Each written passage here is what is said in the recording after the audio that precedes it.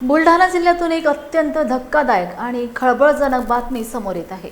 प्रशासकीय अनास्थेमुळे एका हताश शेतकऱ्याला आपल्याच हक्काच्या जमिनीसाठी कुटुंबासह थेट जिल्हाधिकारी कार्यालयासमोर 1 जून पासून आमरण उपोषणाला बसावे लागले आहे।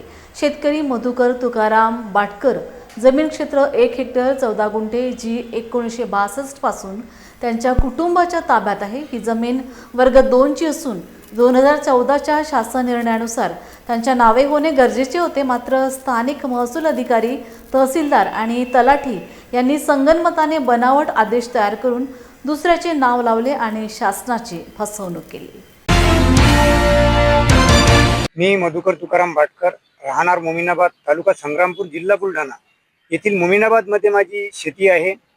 ती शेती माझ्या आजोबापासून म्हणजे 1960 पासून माझ्या आजोबानं कसलेली आहे।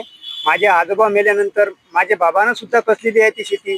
आज रोजी माझे बाबा मरण पावले, आज मी सुद्धा कचत आहे आणि सध्या मौजूद म्हणजे माझ्या ताब्यात आज रोजी आहे।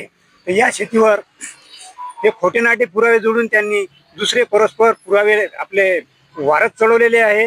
हे खोटे कामं आहे तलाठी आणि मंडल अधिकारी यांनी हे खोटे कामं केले आणि त्या गोष्टीपासून मला त्रास होऊन राहिला। तर हे शेत 60 पासून माझ्या ताब्यात असून हे माझ्या नावावर करण्यात यावं आणि हा माझ्यावरचा अन्याय दूर व्हावा।